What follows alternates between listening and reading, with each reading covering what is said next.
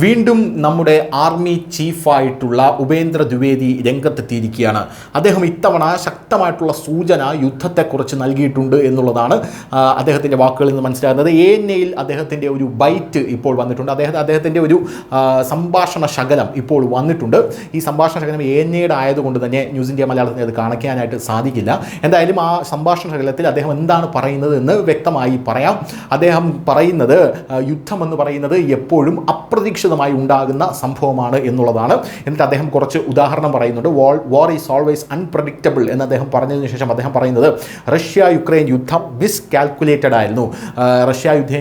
Ukraine യുദ്ധം കണക്കുകൂട്ടലുകളെ, അതായത് ലോകത്തിൻ്റെ കണക്കുകൂട്ടലുകളെ സമ്പൂർണ്ണമായി തെറ്റിച്ചൊരു യുദ്ധമായിരുന്നു. ഇത് വളരെ അൺപ്രഡിക്റ്റബിൾ ആയിട്ടുണ്ടായ ഒരു യുദ്ധമാണ്. ഇറാഖ് യുദ്ധം 10 വർഷമാണ് നീണ്ടു നിന്നത് എന്നാണ് അദ്ദേഹം പറഞ്ഞത്. അതായത് ഇറാനും ഇറാഖും തമ്മിലുള്ള യുദ്ധം നടന്നപ്പോൾ 10 വർഷം അവിടെയുള്ള ആൾക്കാർ ദുരിതം അനുഭവിച്ചു.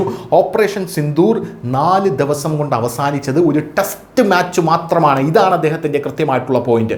വെറും ഒരു ടെസ്റ്റ് മാച്ച് മാത്രമാണ് ഓപ്പറേഷൻ സിന്ദൂർ എന്നാണ് ഇപ്പോൾ ആർമി ചീഫ് പറഞ്ഞിരിക്കുന്നത്. ഈ ടെസ്റ്റ് മാച്ചിന് ശേഷം India must be ready to sustain longer wars എന്നാണ് അദ്ദേഹം പറഞ്ഞിരിക്കുന്നത്. ഇത് ആദ്യത്തെ തവണയല്ല അദ്ദേഹം ഇത് പറയുന്നത്. നേരത്തെ നമ്മുടെ chief of defence Anil Chauhan ഇത് പറഞ്ഞിരുന്നു. സമാധാനം വേണമെങ്കിൽ യുദ്ധം ഉണ്ടാകണമെന്നാണ് പറഞ്ഞത്. അണിയറയിൽ ശക്തമായിട്ടുള്ള ഒരുക്കങ്ങൾ തന്നെയാണ് ഇന്ത്യ നടത്തുന്നത് എന്നുള്ളതാണ് അറിയാൻ സാധിക്കുന്നത്. ഏത് നിമിഷവും ഇന്ത്യയിൽ ഒരു യുദ്ധം പൊട്ടിപ്പുറപ്പെടാം. ഇനി ഒരു യുദ്ധം ഉണ്ടായിക്കഴിഞ്ഞാൽ 5 വർഷം അത് നീണ്ടു നിൽക്കുമെന്നാണ് അനിൽ ചൗഹാൻ പറഞ്ഞത്.